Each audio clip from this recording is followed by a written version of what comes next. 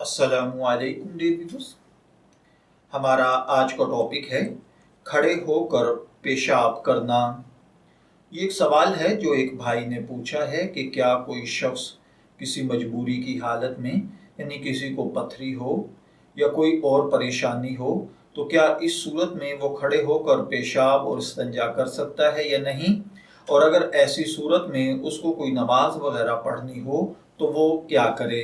तो इस सूरत में देखिए भाइयों और बहनों, अगर किसी मर्ज़ की वजह से, किसी परेशानी की वजह से, किसी बीमारी की वजह से अगर किसी के लिए बैठकर पेशाब करना तकलीफ़ दे हो तो फिर बामरे मजबूरी खड़े होकर पेशाब करना जायज़ होगा। लेकिन इस शख्स को चाहिए कि वो इस सूरत में अपने बदन और कपड़ों की पाकी का ख्याल रखे।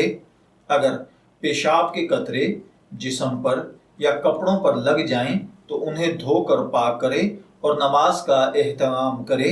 नमाज किसी भी सूरत में मुआफ नहीं है, नमाज नहीं छोड़नी चाहिए। अगर कपड़े नापाक हो जाएं तो उनको धोकर उस जगह को, खुसूसन जहां पेशाब के छींटे वगैरह लगे हों, उनको धोकर पाक कर लिया जाए और नमाज अदा कर ली जाए।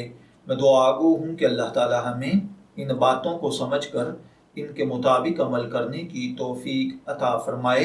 शब्बीर अहमद को इजाज़त दीजिए, फिर हाजिर होंगे किसी नए टॉपिक के साथ। तब तक के लिए अल्लाह हाफिज़।